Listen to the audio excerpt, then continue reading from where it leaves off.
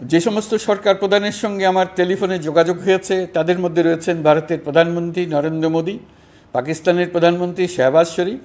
আমরা ভারত এবং অন্যান্য প্রতিবেশী রাষ্ট্রসমূহের সঙ্গে সুসম্পর্ক চাই, তবে সেই সম্পর্ক হতে হবে ন্যায্যতা এবং সমতার ভিত্তিতে।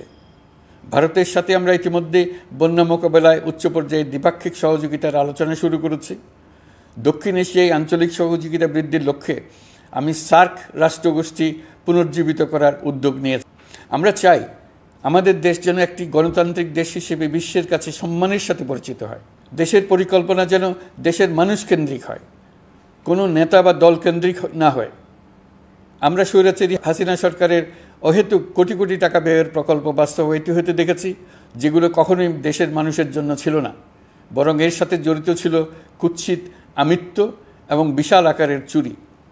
চলমান এবং প্রস্তাবিত সকল উন্নয়ন প্রকল্পগুলোর যাচাই বাছাই করার কাজ ইতিমধ্যে আমরা শুরু করেছি। প্রকল্প বাস্তবায়নের পর্যায় বিবেচনা করে বাকি কাজে ব্যয়ের সাশ্রয় এমনকি প্রয়োজন মতে তা বাতিল করার কথা বিবেচনা করা হবে। দেশের মানুষকে আর ফাঁকি দেওয়া চলবে না। কর্মসংস্থান তৈরি করবে এমন প্রকল্পগুলোকে আমরা অগ্রাধিকার দেব। লুটপাট ও পাচার হয়ে যাওয়া অর্থ ফিরিয়ে আনার উদ্যোগ আমরা নিয়েছি।